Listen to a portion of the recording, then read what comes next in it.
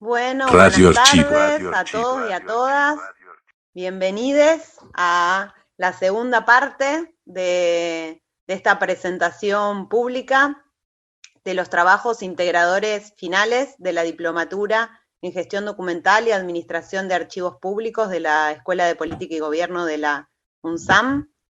Con muchísima alegría y todavía palpitando la emoción de las presentaciones del lunes, nos encontramos para compartir otra jornada en la que vemos expuestos los resultados de un año muy arduo de trabajo, donde todos nuestros estudiantes han podido avanzar en la reflexión teórica y en la propuesta práctica de desarrollo para los archivos en donde se desempeñan. Como ya dije en el encuentro del lunes, es un honor y un orgullo total ver estos trabajos, ver lo que han caminado, lo que han construido y poder difundirlo también en una forma que encontramos, digamos, de armar una instancia de formación que pueda articular la teoría con la práctica. Así que sin más preámbulos, y intentando acotarnos al tiempo que tenemos establecido, vamos a darle la palabra al primer proyecto, que es el que va a presentar Miguel Farías, titulado Proyecto de Normalización de Procedimientos en el Archivo Histórico de la Provincia de Tucumán. Miguel, tu momento. Hola a todos, gracias Mariana. Bueno, yo antes que nada quería agradecerle la oportunidad a Mariana, a Andrés, a todo el equipo, Patrick, a Ana, a Euge, a todos. Si bien yo a Mariana la sigo desde Cemento, como dice, cuando me enteré que estaba detrás de la diplomatura, la verdad que no dudé en inscribirme. Recuerdo una vez conversando con Santiago Garaño, un amigo antropólogo, no sé, hablábamos sobre la dinámica de los archivos, en especial archivos de la memoria, que él estaba trabajando. Me dice que se había cruzado con una talibana de la archivística. Yo digo, ¿quién? Le pregunto, me dice Mariana Nazar, ¿la conoces? Le digo, sí. Y la verdad que siempre me quedó grabado, y creo que no estaba muy errado Santiago, porque me conta esa lucha permanente y esa lucha permanente por ese reconocimiento y profesionalización de la disciplina. Así que antes que nada, gracias por eso, tanto Mariana como todo el equipo de Talibanes que está detrás de la Diplo, que para los que vivimos en la periferia, yo en mi caso que vivo en el Big Noa, acceder a formación archivística es realmente muy difícil. Así que nobleza obliga, no quería dejar pasar la oportunidad para darle las gracias. Como soy de la primera corte y ya entregué el trabajo, ya lo puedo decir sin problema. El proyecto que yo presenté para el archivo histórico de la provincia, yo trabajo en el archivo histórico de la provincia de Tucumán, busca normalizar la gestión documental y la administración de archivos en la institución. Está planteado con una perspectiva archivística actual, tomando las herramientas que la disciplina nos brinda con enfoques que fueron desarrollando un cambio de paradigma en la gestión documental y sobre todo la gestión que llevan a cabo que llevan adelante los archivos históricos, que muchos están gestionados como se gestionaba a principios del siglo XIX, sin tener en cuenta por ahí cambios socioculturales, tecnológicos o incluso avance de la misma disciplina en los últimos 30 años. La primera reacción que tuve en el archivo cuando lo planteé, o sea, desde la dirección para abajo, fue lo que yo llamo el efecto Godínez. El efecto de Godínez es, ¿y yo qué hice, maestro? Esto cuando vos le planteas, che, José, mirá, hagamos esto, me parece que hay que replantear cómo estamos identificando, a ver si podemos replantear el cuadro de fondos que tenemos. O sea, cuando empezás a mover un poco el avispero, la primera reacción que yo llevo es Radio decir, Archivo. yo qué hice, maestro, estamos bien, déjalo así, la gente entiende. Pero después de mucho argumentar, y que esa es una de las grandes herramientas que valoro de la diplomatura, o sea, la posibilidad de poder argumentar con más solidez cuestiones que tienen que ver con la disciplina, la cosa avanza, ¿sí? Pero la primera reacción siempre fue así. Volviendo al trabajo en sí, la idea que yo planteaba era la de poder internalizar conceptos elementales. O sea, yo creo que este es un factor común a varios archivos históricos, es el lugar por ahí de castigo, que también salió cuando usábamos la Diplo. Hay gente muy valiosa, muchos muy buenos recursos humanos, y algunos que por ahí cuesta que se sumen al colectivo de la gestión documental. Entonces, la propuesta lo que buscaba era eso, internalizar conceptos elementales, como por ejemplo lo de la triple función social que poseen los archivos, que le permite a la institución un mejor tratamiento documental en todas sus áreas y desarrollo, y el proyecto en sí lo que buscaba era trabajar como de manera transversal en todas las áreas del organismo, o sea, desde toda la perspectiva de gestión documental.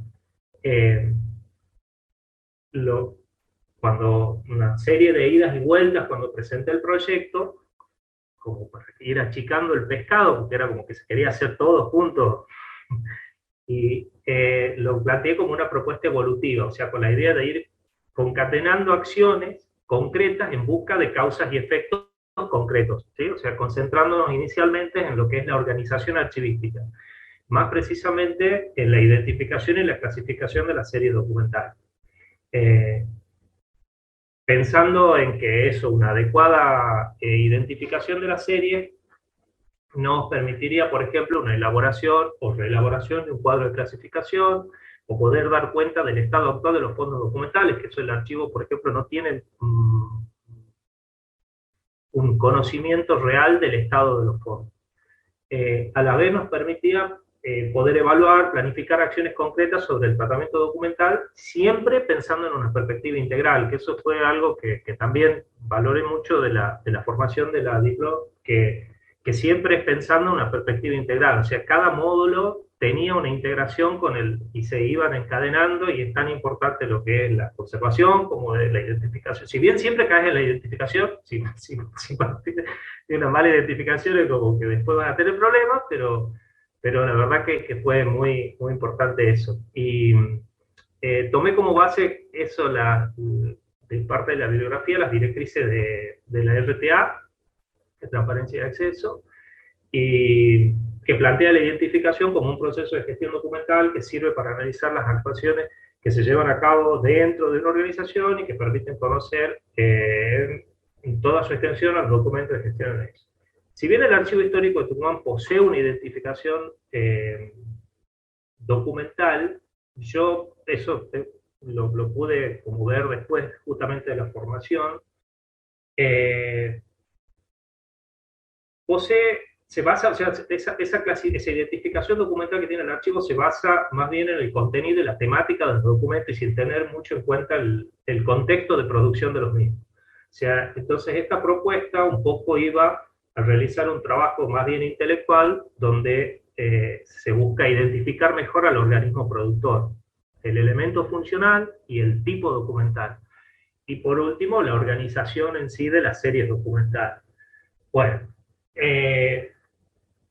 todavía no se pudo bajar ni concretar. Yo cuando te comenté, Mariana, cuando vos me invitaste, yo te dije, mirá, quedó medio ahí en stand-by como para hacerlo el año que viene, porque una de las observaciones que tuve cuando hicimos el trabajo, observaciones que me decía Andrés, ojo con el tema del personal que necesitas, si contábamos con ese personal.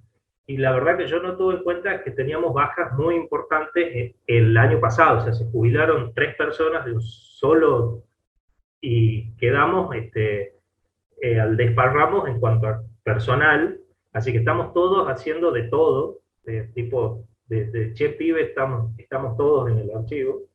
Así que un poco lo que hablamos con José, el director, es plantearlo, o sea, no es que no se lo va a llevar a cabo, Radio es la Archivo. idea, lo queremos hacer, pero estamos esperando a ver si se activa, por ejemplo, el sistema de pasantía. Nosotros teníamos convenio de pasantía con la Universidad Nacional de Tucumán y contábamos con personal que por ahí nos podía dar una mano concreta en estas cuestiones, así que quedó para el año que viene. No obstante, en el medio de toda esta situación, que yo también eso no quería dejar de mencionarlo, hubo un pedido de asistencia técnica del Instituto de Previsión Social y Seguridad de Tucumán. Nos llamaron porque necesitaban desalojar un subsidio, que esto no tiene que ver con el proyecto en sí, pero a lo que voy es que como experiencia a mí me resultó muy valioso y se lo debo a la formación de la Diplo, digamos, no hay otra, ahí no hay otra. Se contactaron del Instituto de Previsión Social de la provincia porque necesitaban desalojar un subsuelo que tenía documentación que no estaba identificada, y para hacer un estacionamiento para que guarden los autos los funcionarios que trabajan en el Instituto de Previsión. Entonces lo llaman a José Sánchez Toranzo, el director del archivo, para que veamos si había documentación que tenga valor histórico. Eso fue lo que se contactaron. El director me envía a mí a hacer un relevamiento de la documentación junto con otro compañero. Cuando yo voy me encuentro con un subsuelo enorme, lleno de documentación, alguna en muy mal estado de conservación, otra bastante bien, que eran fichas. Entonces, cuando yo veo eso, le digo, mira, José, eso me parece que lo sobrepasa. O sea, yo, si bien adquirí algo de conocimientos con la diplomatura, pero volviendo a parafasear series y cosas, yo le digo, mira, yo me siento por ahí como la secretaria en Betty la Fea, que dice, son 6 semestres en la San Marino, o sea, no tengo una especialización, o sea, no, me parece que esto nos excede. ¿Por qué no aprovechamos y hacemos contacto con el Archivo General de la Nación y pedimos una asistencia técnica al archivo intermedio? Ahí está Andrés y veamos si podemos coordinarlos a través de ellos. Cuando me hace caso, lo llama a Pablo Fondevila, que además es tucumano, entonces le digo, aprovechemos esta situación que se ha dado, esta coyuntura, y a lo mejor podemos conseguir. Cuando Pablo Fondevila habla con Andrés, dice, mira, es imposible que vayamos a Tucumán a hacer un trabajo ahí de asistencia técnica. Pero yo tengo un ex alumno de la diplomatura que podemos hacer de enlace local. Entonces ahí aparezco yo y me dice, ¿vas a hacer el enlace local? Y digo, Andrés, yo la verdad me da un poquito de quickie. O sea, yo tengo que decidir qué tiene valor secundario esa documentación. Y dice, Andrés, más o menos me conoces, yo te voy a ayudar, si podés. Así que lo hicimos, la verdad que eso, quedé muy contento con la experiencia, digamos, de poder hacer ese trabajo, y nos dimos con documentación realmente muy valiosa.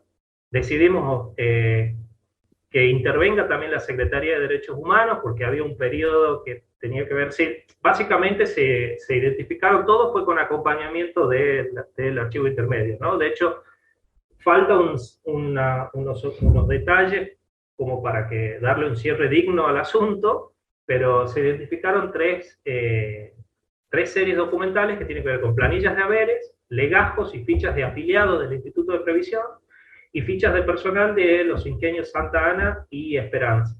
De las 3 series sí se consideran de valor secundario, salvo la parte de afiliados del Instituto de Previsión Social, que se va a tomar un muestreo. Ese muestreo da cuenta de un periodo muy particular en la provincia, que tiene que ver, por eso decidimos involucrarla a la Secretaría de Derechos Humanos, porque resulta que estas fichas o legajos de afiliados del Instituto de Previsión, algunas tenían fotos, y son fotos que por ahí son de familiares o incluso de algunos desaparecidos que no tienen absolutamente nada. Entonces, hablando con Alejandra Schwartz, que es de la Secretaría de Derechos Humanos, que fue el enlace de la Secretaría que nos dio una mano, eso, pensamos que por ahí a lo mejor sea documentación que, si bien no tiene valor probatorio, sí para fines reparatorios que esté vinculada a leyes de leyes. Y lo mismo con las planillas de haberes. Eran planillas que, si bien eran triplicados, era un periodo, por ejemplo, tenías planillas de haberes de la policía, de personal, personal civil de la policía. Y por ahí eso era como el hilo conductor para poder llegar, ejemplo puntual, se está llevando a cabo un juicio de lesa y se tiene que probar que tal o cual persona forma parte de la fuerza. Eso puede ser un documento, por más que sea triplicado, es un documento que podía servir para fines probatorios. O, por ejemplo, acá se usaron varias escuelas, digamos, como centro de clandestino de detención, y había planillas de haberes de construcciones escolares, o sea, de personal de construcciones escolares. Todo de un periodo de dictadura. Incluso antes, nosotros en Tucumán tenemos la particularidad del operativo Independencia, que empieza antes. Así que fue una experiencia muy enriquecedora, y la verdad que si no fueran por las herramientas que me brindaba la diplomatura, nada, yo vengo del palo de la comunicación. De hecho en el archivo soy responsable del departamento de comunicación del archivo, o sea, me estoy metiendo en esto como muy, muy por la ventana, pero bueno, muy contento con la posibilidad de poder seguir formando, y como te decía, para los que estamos en la periferia es algo muy, muy valioso. Por eso insisto con la especialización, que no bajen los brazos y que sigan para ver si podemos subir de nivel. Yo te pasé, yo no sé dónde puedo compartir acá tenía unas fotitos que eran del archivo. Abajo, en compartir pantalla, estamos medio justos con el tiempo, pero abajo dice compartir pantalla. Te tiene que aparecer porque Anita ya te puso como coanfitrión. No me estaría apareciendo. Seguramente participantes, chat. A la altura donde está silenciar, detener video. No. Oh, más.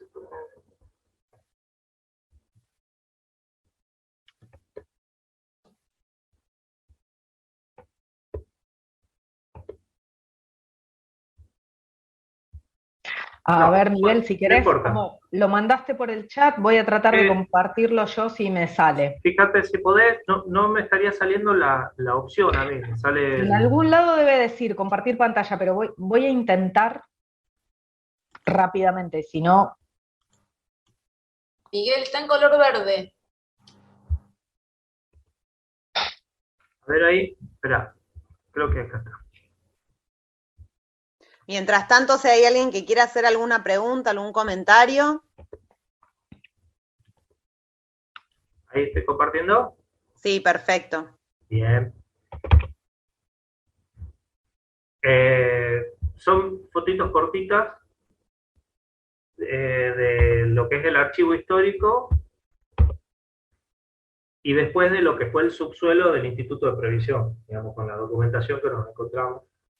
Así que, nada, creo que no dura nada.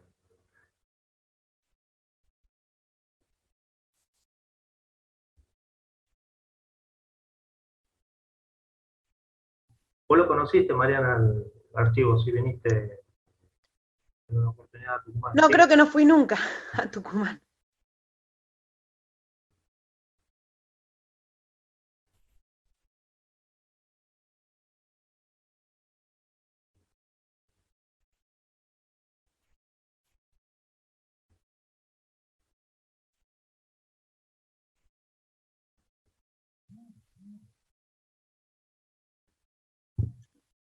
Yo creo que sí.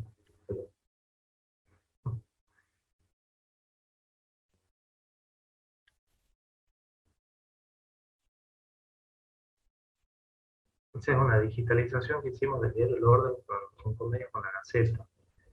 Estos son los pasantes que ya no tenemos.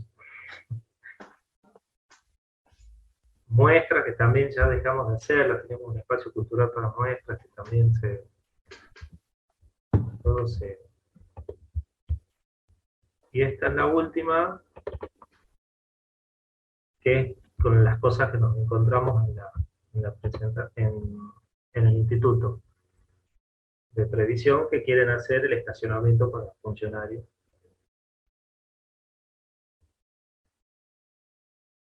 Son registros de haberes, esto la mayoría son radioarchivo, registros de haberes en esa carpeta que tienen de todas las comunas. Entre las series que también identificamos figuran también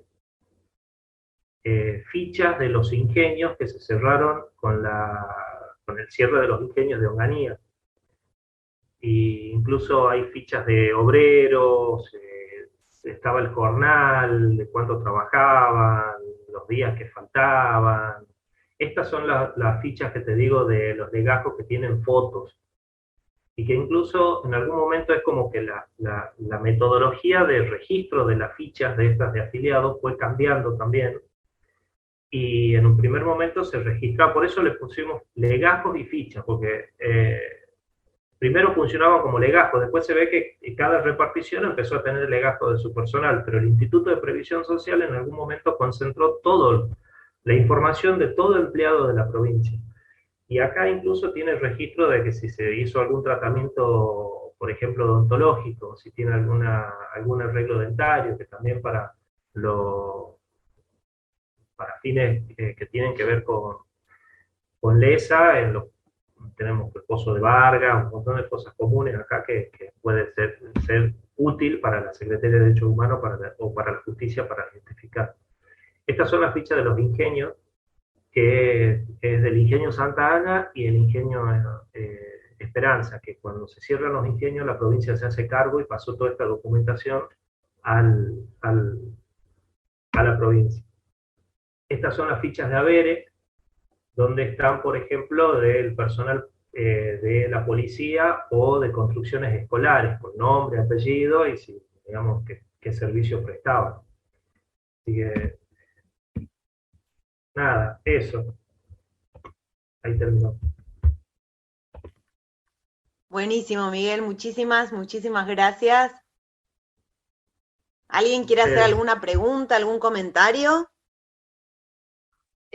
¿Puedo preguntarte si encontraron algo respecto del Departamento del Trabajo? No sé si en Tucumán, en Mendoza funcionó, pero bueno, muy a comienzos de los años 20, 30. Mirá, sé por Andrés que a raíz de lo que surgió de este subsuelo del Instituto de Previsión Social y que hicimos contacto con el archivo intermedio, sé que llegó la información del archivo intermedio a través de la Secretaría de Justicia, del Gobierno y Justicia, que es de la cual dependemos nosotros, que hay un archivo de la Secretaría de Trabajo de Tucumán que también necesitaba algún tipo de evaluación. Pero eso no llegó, por eso lo sé off the record, sé que hay un archivo de la Secretaría de la Delegación Tucumán y que tiene documentación que necesita ser identificada, evaluada, pero lo sé por Andrés, no me llegó a mí, no llegó al archivo histórico ningún pedido oficial de que se tome conocimiento de esa documentación. En el archivo del Instituto de Previsión no había nada. Tenía que ver con reparticiones de la provincia muy puntual.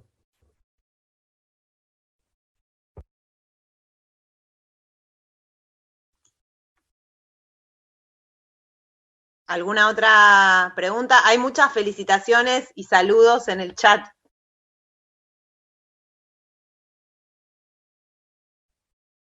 Gracias a todas, a todes. La verdad que hermoso verlos.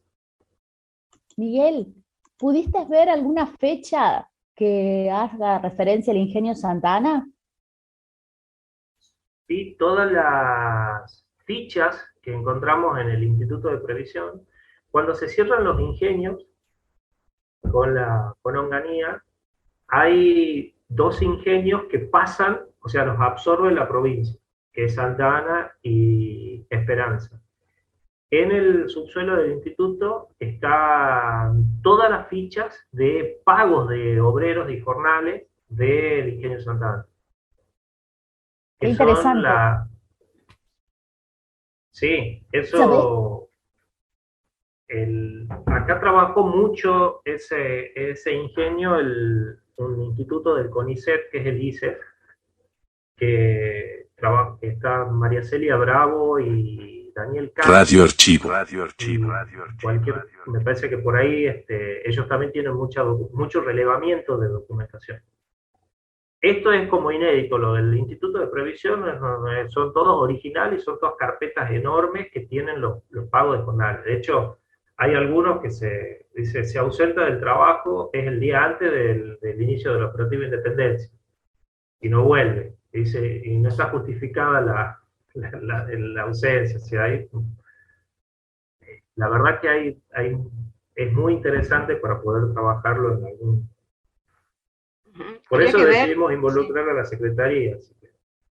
Y lo que quedó pendiente es que se tiene que armar un archivo siglo XX, digamos. O sea, nosotros determinamos que todo lo que tiene valor secundario y qué podemos hacer, pero lo cierto es que nosotros realmente no tenemos... Si ellos dicen, bueno, tiene valor secundario, hacemos el traslado al archivo histórico, ¿y a dónde lo ponemos? No, si no, realmente no tenemos para darle un adecuado tratamiento, no, tampoco tenemos, no hay lugar físico, digamos. Pero bueno, se tiene que hacer... Y de hecho, bueno, es parte de ese cierre digno que decía yo que queremos hacer con Andrés, es pedir, bueno, se considera también que es necesario tener un archivo siglo XX. Bueno, ¿y documentación, perdón, y vinculado a lo judicial, encontraste algo? Digo, reclamos en sede judicial de personal de cuestiones de jubilación. No, porque está bajo la órbita del Ejecutivo, o sea, no, acá en el Instituto de Previsión no. Sí había en algún momento, en estas fichas de afiliaciones, eran como altas de personal que formaba parte del Poder Judicial, pero eran porque al ingresar, digamos, al Poder Judicial de la provincia, vos también tenías la obra social de la provincia. Entonces era ese tipo de información, pero era muy limitada, digamos, no había ningún expediente, digamos, no hay ningún expediente judicial. Es solamente esa ficha de afiliados que está. Bueno, muchas gracias, Miguel. Muy emocionante ver cómo el Archivo Histórico Provincial de Tucumán empezó a salir, ¿no? y a cumplir una función puertas afuera. Es impresionante, por más que todavía no tengan el espacio donde recoger esa información, donde conservarla, donde trabajarla, ya el solo hecho de que hayan salido es un cambio de paradigma radical respecto a la función, así que muchísimas felicitaciones por este enorme trabajo. Gracias y gracias a todo el equipo. Realmente siento que que no hubiera sido en absoluto posible sin haber pasado por la Diplo, por curso, por los talibanes. Busquemos otro nombre, porque ese nos hace quedar mal. Está bueno, es verdad, pero bueno. Después pensemos. Alguna estrategia de comunicación más efectiva te lo dejo a vos, que sos el experto. Dale. Bueno, vamos a darle la palabra ahora entonces a Florencia Buggi, que nos va a hablar del proyecto de gestión documental en el Archivo Institucional Histórico de la Biblioteca Nacional. Flor. Bueno, qué difícil después de Miguel, ¿eh? Me quedó como muy alto la vara. Un gusto, Miguel, no nos conocíamos. Pero bueno, voy a hacer lo posible, voy a dar todo como siempre, pero bueno, lo mío es muchísimo más humilde. Yo trabajo en la Biblioteca Nacional, en el Archivo Institucional Histórico, en el Departamento de Archivos. Y bueno, mi proyecto de mejora es un intento de dar solución a los problemas de gestión documental que pude identificar a lo largo de la cursada.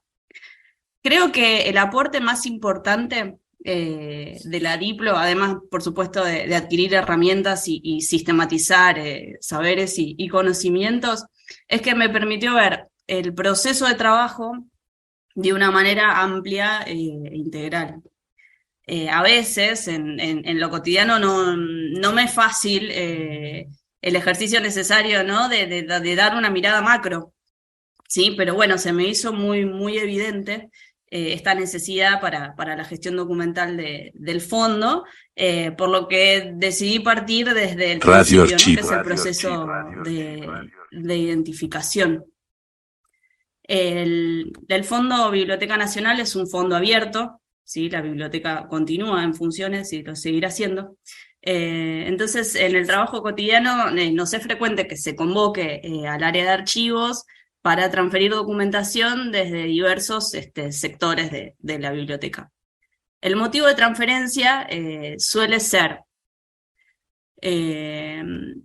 que ya no es utilizada para su consulta cotidiana, ¿no? Todo esto en palabras de la oficina productora de la documentación. Esta documentación ya no es utilizada para su consulta cotidiana, se considera de valor histórico, o en el peor de los casos, esto, ¿no? Que contaba un poco Miguel, salvando las distancias, se necesita el espacio, ¿no? Bueno, necesitamos hacer algo acá, y estaban estas cajas, y bueno, queremos saber si son de ustedes, es el comentario.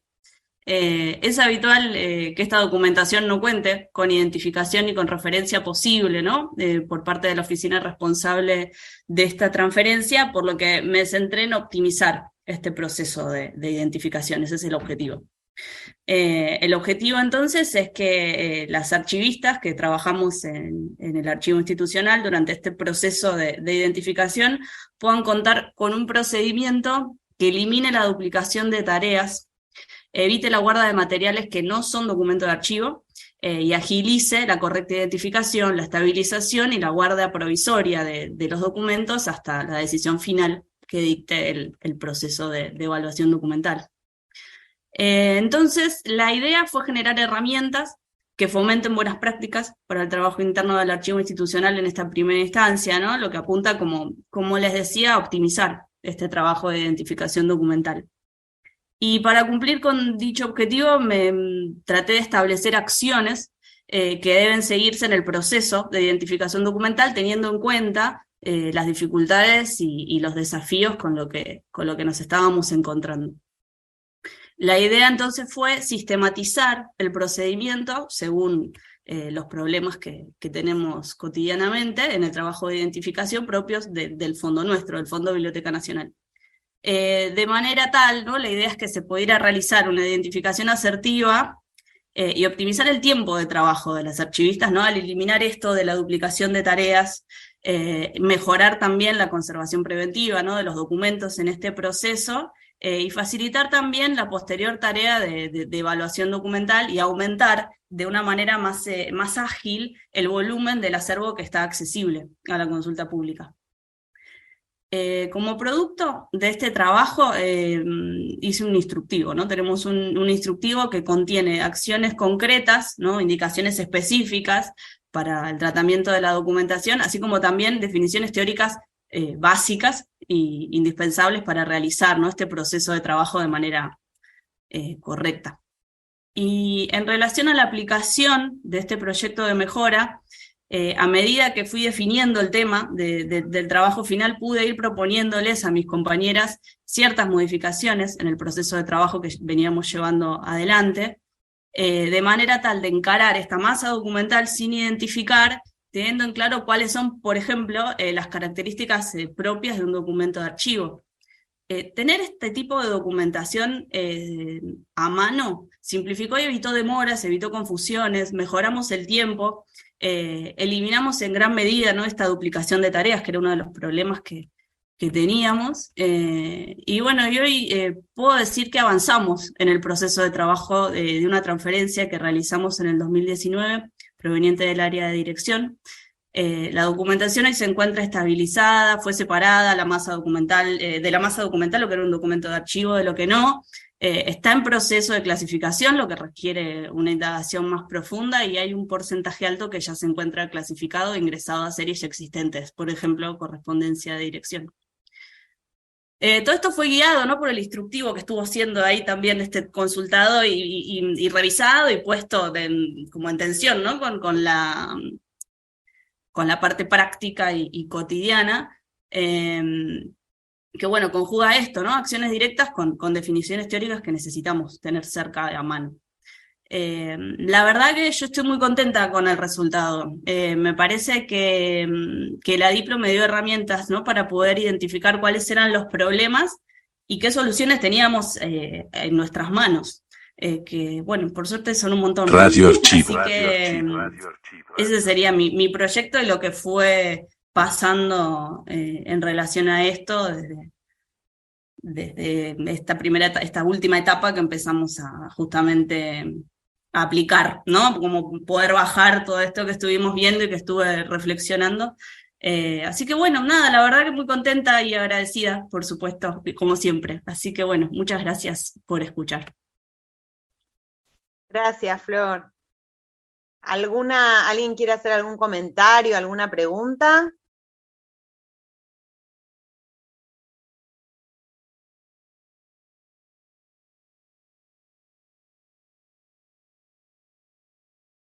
¿Qué decir una genia, mi compañera, se lee en el chat? Yo me quedo impresionada, no, bueno, yo al lado de esto, esta cosa que les decía en los mails, ¿no? No, bueno, yo acá con mi archivito, qué sé yo, hice un instructivo, identifiqué las debilidades, los problemas, con la teoría pude resolverlo, lo estamos retroalimentando, es un montonazo.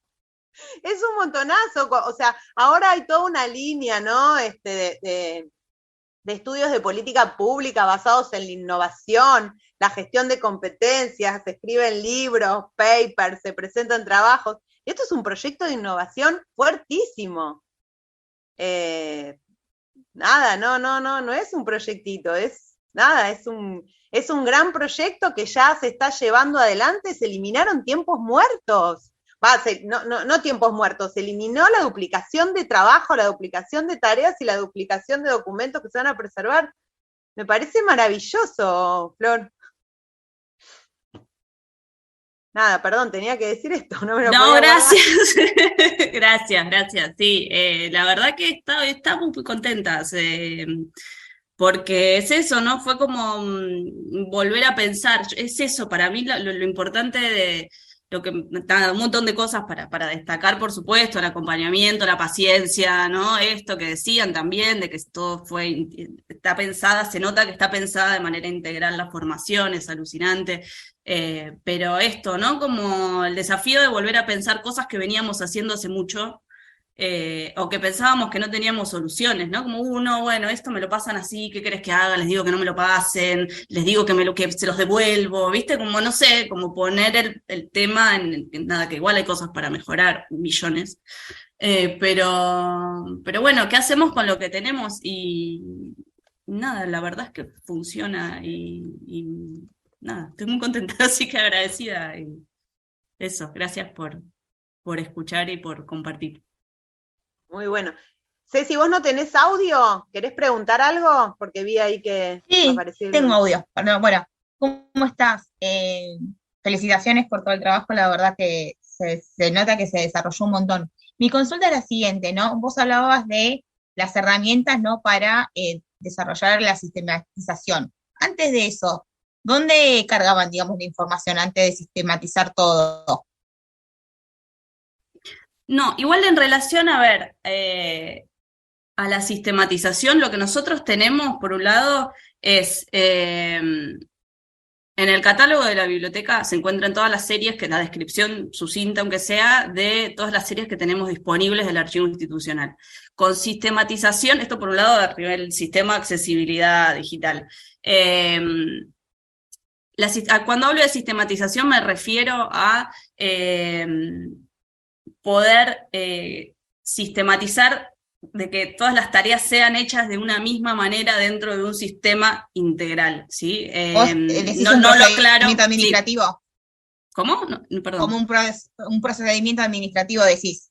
Exacto, sí, como lo que es la tarea archivística de identificación, tomando todo lo que vimos en la Diplo, la CRTA, por supuesto, y teniendo también en cuenta cuáles eran los desafíos que nos daba el tipo de material y cómo es nuestra institución, ¿no? Porque, bueno, nada, es una institución pública nacional que es un pulpo, pero teniendo en cuenta, o sea, con estas herramientas y estos problemas, mi objetivo fue ver de qué manera se podía organizar el trabajo archivístico como para poder dar solución de una manera más eficiente a las tareas de esto, de identificación, que, bueno, como decíamos, es como la base de todo el proceso que viene después. Si la identificación está floja, que, bueno, nada, no tiene sentido. Entonces, en eso nos deteníamos mucho tiempo, y ahora lo que se pudo acelerar es, bueno, decir, bueno, esto yo ya sé que es correspondencia de dirección. Lo veo, me doy cuenta, lo pongo en una caja y digo correspondencia de dirección, y esa caja la llevamos y la ingresamos con el resto de la serie a consulta pública. Hay cosas que no son tan fáciles, ¿no? Que eso también está dentro de esta sistematización. Bueno, esto que es a consultar, series a revisar, a ver, a preguntar, a seguir investigando, bueno, eso también está en una caja que dice a revisar tal área, ¿no? Cuestiones que podemos empezar a identificar, pero que no es un tema cerrado. Pero sí, el objetivo es ese, digamos, como poner también un poco blanco sobre negro en cosas que ya se venían haciendo, pero que sean más nítido, ¿no? También esto, en el proceso de trabajo, tener 4 o 5 hojitas que te digan, bueno, ahora tenés que hacer tal cosa, ahora tal otra, nos ayudó mucho. Claro, vos decís, es como un manual de procedimientos, desarrollando también todo el proceso de la gestión documental de cómo debería hacer cada cosa, más allá de la función del administrativo. Claro, la idea sería, o sea, el instructivo se refiere al proceso de identificación puntualmente. Sí. Ok, perfecto, gracias. Claro, es un paso a paso, digamos, bueno, ¿qué hago? Me pongo con la caja, tengo la caja esta que me pasaron, que no sé qué tiene, porque me la pasaron así, sin ningún tipo de papel ni nada, ¿qué hago con esto? Bueno, ¿qué hago? Primero me fijo que sean todos documentos que sean producidos o recibidos por la biblioteca, por ejemplo. Claro, por más que sea algo obvio, siempre puede venir alguien que no pasa a ver nada, y ya que quede establecido.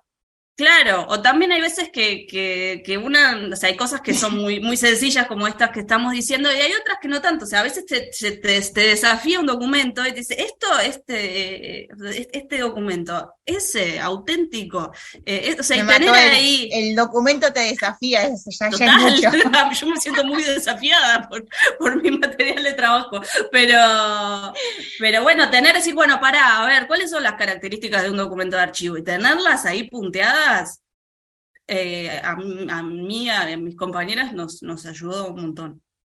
Esas cosas que por ahí son sencillas o que supuestamente, no sé, tendrían que ser obvias, bueno, a veces el documento no es tan, o por lo menos a nosotras no nos es tan nítido.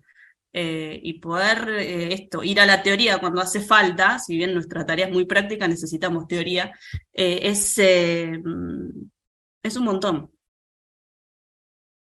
Está bien, gracias. A vos. Bueno, buenísimo. Muchísimas gracias, Flor. Vamos a continuar con la banda de la Biblioteca Nacional, que son mayoría en estas cohortes. Y le damos la palabra entonces a Vera de la Fuente, que va a presentar su trabajo integrador final, que abordó la temática de las políticas de acceso a la correspondencia en fondos personales. Veri. Hola, gracias. ¿Se escucha bien? Sí. Bueno, nada, un gusto, emoción de escuchar, de conocer a compañeros de eso, que están cursando ahora, poder compartir también con ellos, que no había tenido oportunidad, muchos, eso, una cosa hermosa, así que gracias. Gracias por la Diplo, a todas las personas, a Patri, que la extraño, a todas, y bueno, obviamente especialmente a Marian y a Andrés, felicitarles, y a mis compañeros de ASPA, que nada, si bien ahora voy a hablar como estudiante de la Diplo, la verdad que es un privilegio que también compartir con todos ellos esa experiencia de formar parte de esa otra escuela también de archivística en un sentido como muy profundo, verdadero, que es nuestra asociación, ¿no? Y que por eso también desde ahí me consta y puedo ver todo el esfuerzo que significó llegar a lograr esta diplo, que es un enorme aporte para cada uno de nosotros y también para el colectivo, ¿no? Y bueno, todo lo que ponen para llevarla adelante, que es un montón, así que nada, eso, mi admiración, mi reconocimiento en ese sentido, y agradecimiento por todo Radio lo que Archivo. pudimos aprender. Y bueno, mi proyecto, tuve como la peregrina idea de meterme con un tema bastante más específico y menos por ahí integral, en el sentido de la especificidad que tiene y que a la vez me hizo poner justamente, y como decía Flor, en perspectiva eso, ¿no? O sea, la necesidad de no perder esa mirada, por más que estemos enfocándonos en algo muy, muy, muy, o mucho más puntual. Este proyecto surge, digamos, de la necesidad de disipar algunas dudas o inquietudes o problemas, digamos, o de resolver o buscar soluciones viables, digamos, a problemas que se nos presentaban en el desarrollo de nuestro trabajo con fondos personales, ¿no? Y que están ligados específicamente a las condiciones de acceso desde el punto de vista legal a una de las series documentales más comunes, digamos, de este tipo de archivos, que es la serie de correspondencia. Entiendo que otros colegas también, ¿no?, que están presentando, van a presentar ahora, trabajan con este tipo de fondos, así que bueno, esperemos que puedan surgir ahí algunos puntos de contacto. Forman parte del acervo de la biblioteca alrededor de 100 fondos personales, ¿no? Algunos ya están disponibles a la consulta, otros están en proceso de trabajo, otros todavía no han sido abordados, y a esos también hay que sumarles las más de 45 donaciones de series también de correspondencia personal que están reunidas en la colección Cartas de la Dictadura. Por el vínculo que esto tiene con el tema que aborda el proyecto, voy a destacar solamente dos cuestiones que permiten como caracterizar más globalmente la cuestión, que es que estos fondos personales tienen, digamos, una marcada contemporaneidad, o sea, no estamos hablando de archivos del siglo XIX, ¿no?, sino de archivos reunidos por personas que en su gran mayoría vivieron buena parte del siglo XX, que fallecieron en las últimas décadas del siglo, o más recientemente, digamos, y que incluso, y cada vez con más frecuencia, son donados, ¿no?, a la biblioteca por sus propios productores o productoras en vida, ¿no? O sea, que andan ahí muy, muy bien ellos y más livianos, ¿no?, de esos papeles, y nosotros muy preocupados a veces. En relación a quiénes son, digamos, esos productores, solo voy a mencionar que son archivos, en muchos casos, de personas conocidas públicamente, ¿no?, por su obra, por su trayectoria en distintos campos de actividad, que incluyen la gestión pública, pero en muchos otros casos no lo son, o no tanto, ¿no?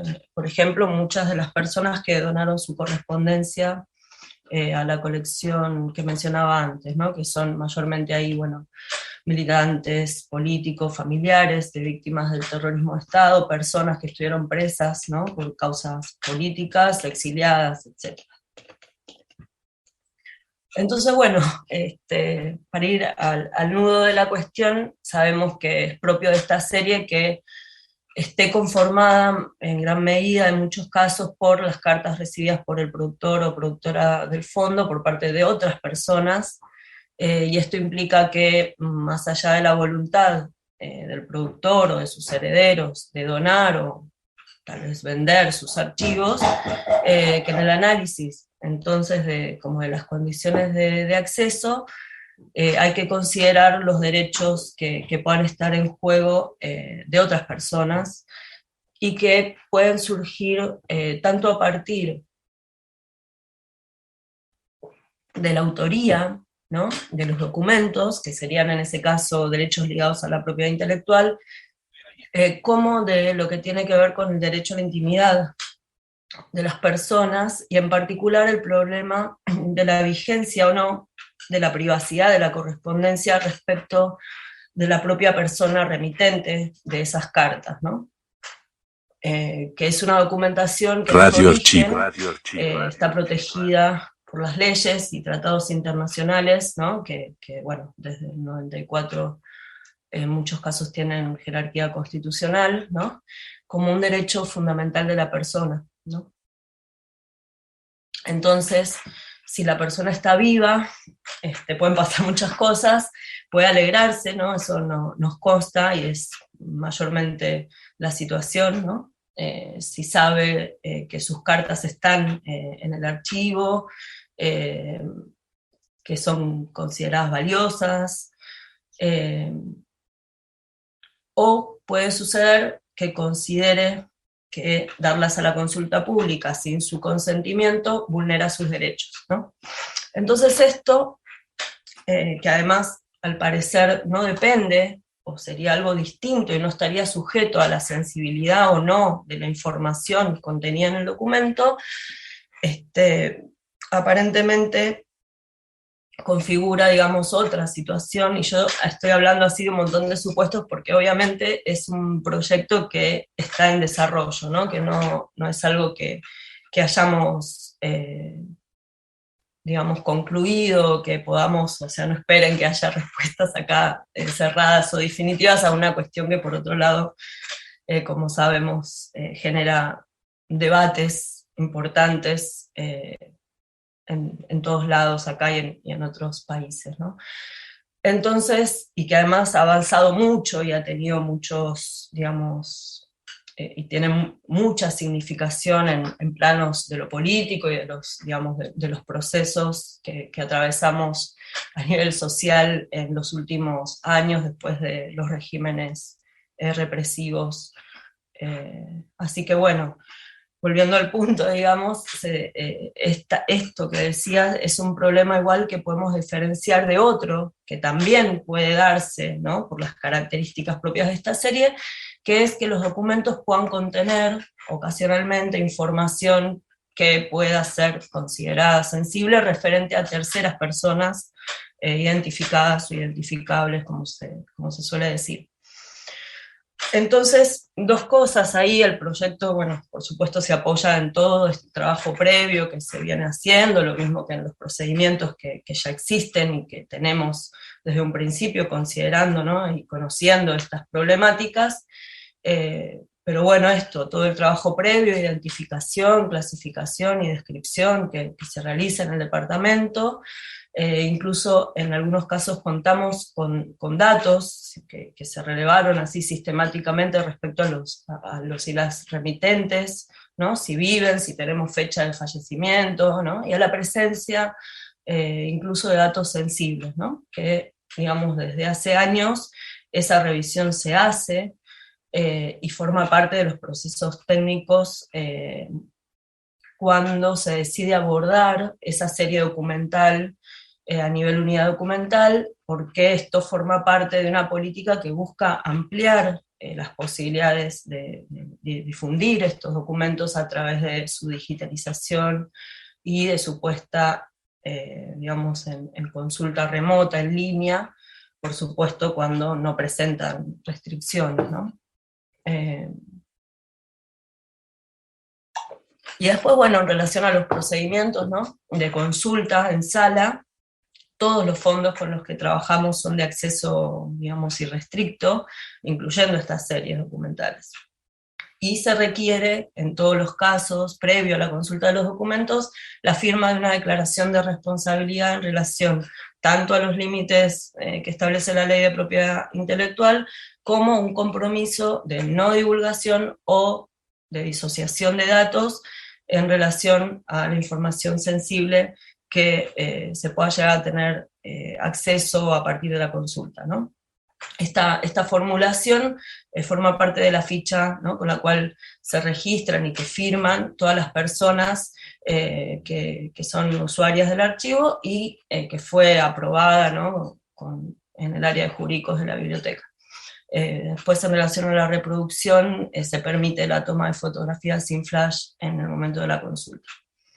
Entonces el trabajo propone una serie de acciones que, bueno, parten de esta situación y de estos procedimientos y suponen, digamos, la revisión por ahí un poco más detenida de la legislación, de los principios y excepciones que establece la ley a nivel nacional de acceso a la información, la ley de protección de datos personales, que además actualmente se encuentra en vías de actualización, ¿no?, y que allá hay un nuevo proyecto en proceso de consulta pública, con otra redacción, mi entender mucho más favorable, pero que todavía tiene puntos que, bueno, no me puedo detener ahora, en todo caso si hay consultas ahí podemos profundizar.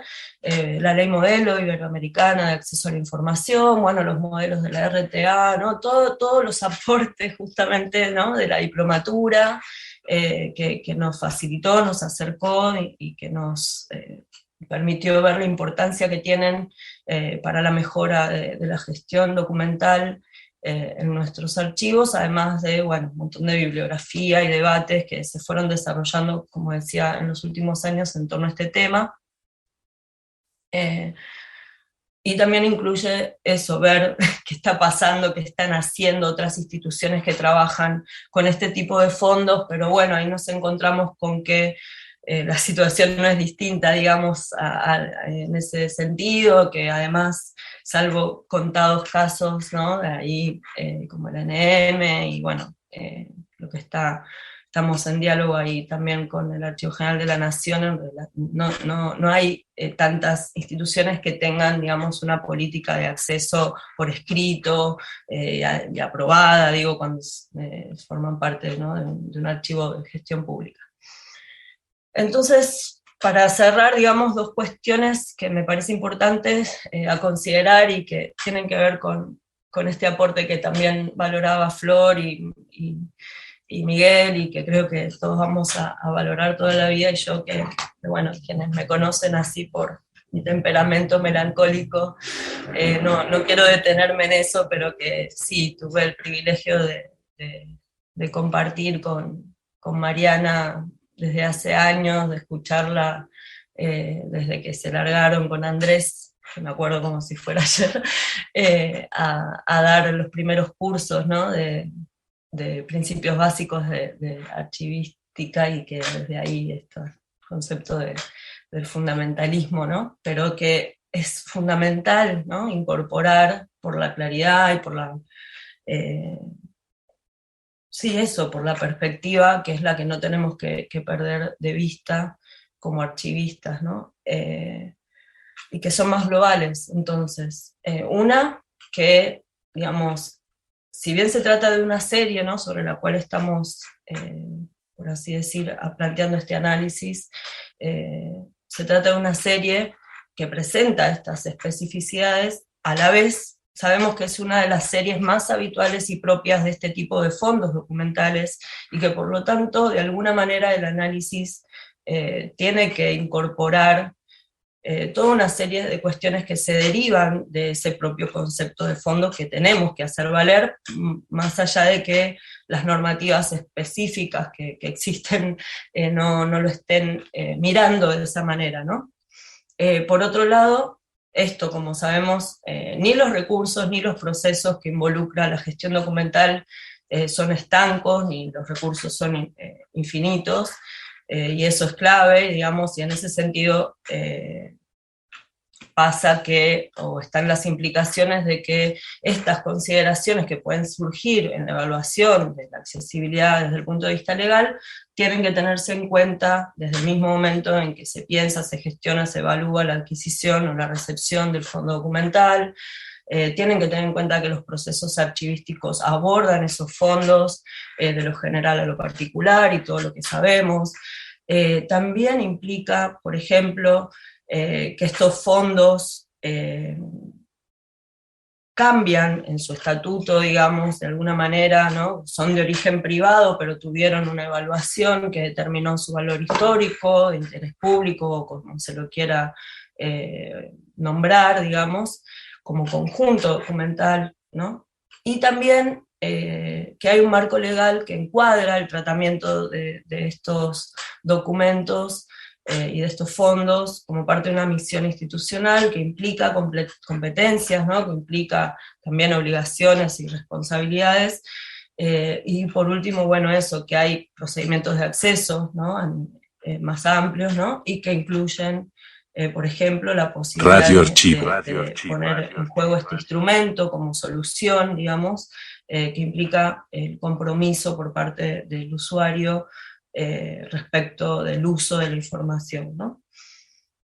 Entonces, bueno, esas son, o sea, dos, digamos, sintetizaría las preguntas que el proyecto busca responder y que son si nuestra política y nuestros procedimientos, digamos, de acceso están acordes al marco legal vigente y en ciernes, digamos, y si podríamos, con los recursos con que contamos, hacer algo más al respecto de esta tensión que se puede plantear, algo más o algo mejor que lo que hacemos. Les diré después, hasta acá llego. Eso es lo que digo, si hay consultas vemos, pero si no, me parece que ahí está. Gracias. Gracias a vos, Be. Preguntitas, ¿no? Que se le ocurren a una. Sencillas, las de Vera. Sí. Yo también tengo. Sí, dale, Julio. Medio sencilla, pero en un momento dijiste que firmaban el compromiso de confidencialidad, pero que a la vez permitían, no sé si escuché bien, permiten que fotografíen la consulta, ¿no? Los documentos que consultan. ¿Con algún tipo de restricción, de condicionante, algo así, o no hay? Primero si escuché bien, y si escuché bien, que detalles un poco cómo era ese funcionamiento. Juli, sí, escuchaste bien, hacemos así, o sea, todas las personas firman este compromiso y acceden a la consulta en sala únicamente, ¿no? De los documentos. Nosotras, o sea, el área no reproduce esa documentación, ¿no? No brindamos copias, pero sí estamos permitiendo el uso, digamos, de la posibilidad, digamos, de llevarse copias para uso personal, ¿se entiende?, ¿no?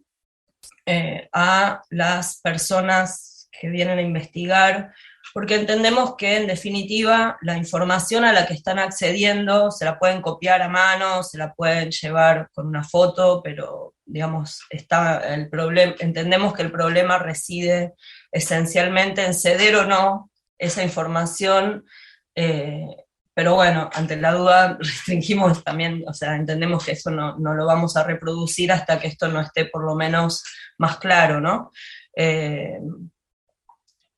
Pero sí, diferenciamos ahí el acceso de la posibilidad de que las personas obtengan copia, ¿no? Y si acceden a la información, o sea, si cedemos, si permitimos el acceso a esa información a terceras personas, o sea, que está haciéndose pública la información, no vemos diferencia entre que esa información se lleve copiada a mano o no. Sí, bueno, esto no lo mencioné, pero porque obviamente excede un poco la cuestión específica. Hay una cuestión también más general, que es que estos son archivos de origen privado y que hay condiciones a veces, ¿no?, pautadas, acordadas con las personas que han donado la documentación, que sí han solicitado en ocasiones que eso no se pueda reproducir. Bueno, esto es otro tema, ¿no? Pero estamos hablando acá, me parece, por el lado de los datos sensibles. Igual también yo, por ahí no sé si es muy claro cómo lo planteé, pero la manera en que quise distinguir esto, que se distingue, o veo que se distingue también en la legislación, es respecto de la cuestión de la privacidad de la correspondencia específicamente como una comunicación que tiene algo así como un carácter reservado, porque protege el derecho a la libertad digamos, de comunicación de los individuos, libre de injerencias, ¿no? Como algo propio de su privacidad, ¿no? Gracias. Eva y Miguel, si quieren, hagan las preguntas, una el otro, y después Vera contesta, porque ya estamos como corriéndonos con los tiempos de las otras exposiciones, ¿sí? Sí. Yo le cedo a ella, así. No, vamos, yo lo hago rápido. No, el concepto de datos sensibles me gustaría, ya que se va a revisar, qué interesante lo que estás proponiendo, lo que me entero, que está trabajando en la revisión de la ley de datos personales, porque es muy ambiguo ese término de datos sensibles. Por ahí tendríamos que ser más específicos, porque no es lo mismo la esfera de la privacidad que la cuestión de la intimidad. Y también hay una situación especial cuando hay imágenes, que creo que en este caso vos no lo mencionaste porque no debe haber, pero el uso de la imagen que sí requiere explícitamente, ¿no?, ese pedido de consulta de la persona si está aún viva. Pero bueno, básicamente eso, que felicitarte porque la verdad que darle acceso a esa información es una buena, yo creo que es lo que correspondía, y después la decisión de no difundirlo me parece que es atinada, igual que el protocolo que emplean respecto de la consulta, ¿no? Me parece bien, y dejar planteado que esto no está resuelto, más en una sociedad como la de hoy, que hay mucha sensibilidad a todo. Si nos preguntamos, no nos hacemos esta pregunta cuando pensamos en las cartas de hace más de 100 años, que básicamente la historia argentina está reconstruida en base a cartas, ¿no?, a correspondencia, y sin embargo no nos preguntamos ni sobre la privacidad, ni sobre la sensibilidad de aquellas cuestiones, y también eran correspondencia. El mundo hoy no es el mismo que aquel, y hoy mucha gente expone su privacidad voluntariamente, entonces se vuelve un tema muy, muy complejo. Sí, exacto, y además eso, no en los 10 minutos, y como también, siempre me voy del tiempo, no quise, digamos, detallar y detenerme ahí, ¿no? Porque sí, efectivamente me parece que hay ahí distinciones, por lo menos en lo jurídico, y yo no soy ni remotamente especialista en esto, pero hay distinciones entre la cuestión de la privacidad y la cuestión de la sensibilidad de la información y de la intimidad, digamos, que tienen que ver justamente con que hay por ejemplo, lo que refiere al secreto de la correspondencia, que incluso lo que tiene que ver con los límites temporales, ¿no? O sea, se discute y hay bibliografía acerca de qué pasa post-mortem, ¿no? O sea, si hay algo ahí, qué pasa con esa, como lo que yo planteé en términos de la vigencia, ¿no? O sea, de esa protección post-mortem, ¿no? No solamente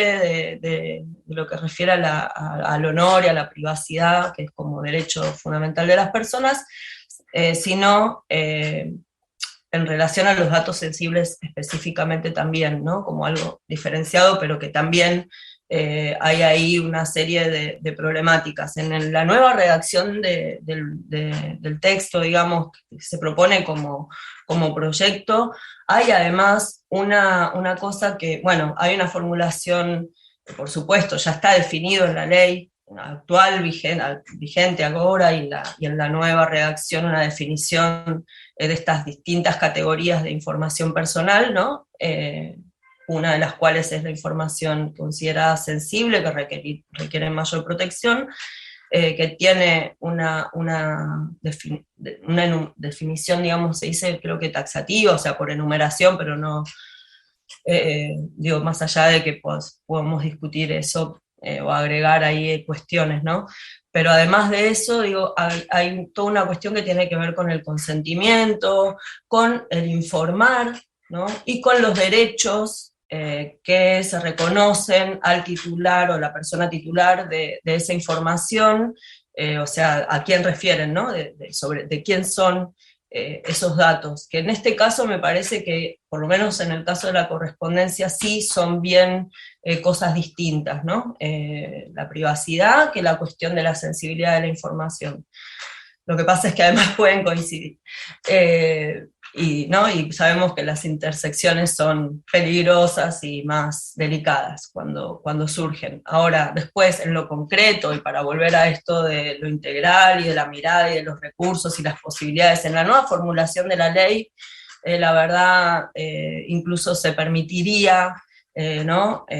Una cosa que antes estaba prohibida, que es el tratamiento de los datos sensibles con fines de archivo histórico en interés público, sin consentimiento, pero se establece la necesidad, la obligatoriedad, la responsabilidad digamos, de quien gestiona estos datos, de informar a la persona, incluso se pone un plazo de 30 días para informar cuando esos datos son cedidos por terceros, son recibidos a partir de sesiones de terceros, y no solo eso, sino que se le reconoce nuevamente el derecho de oponerse, a menos que de oponerse, incluso de suprimir, a menos que, digamos, las limitaciones a ese derecho que se reconoce es que esos documentos, que esos datos sean necesarios en archivo de interés público, o sea, que prevalezca ese interés público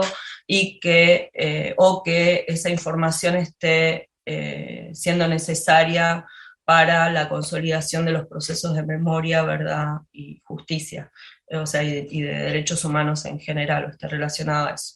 Eso se logró evidentemente incorporar en la nueva formulación, en la nueva redacción, pero bueno, no termina, a mi modo de ver, de ser del todo, digamos, viable el hecho de tener que comunicar, ¿no?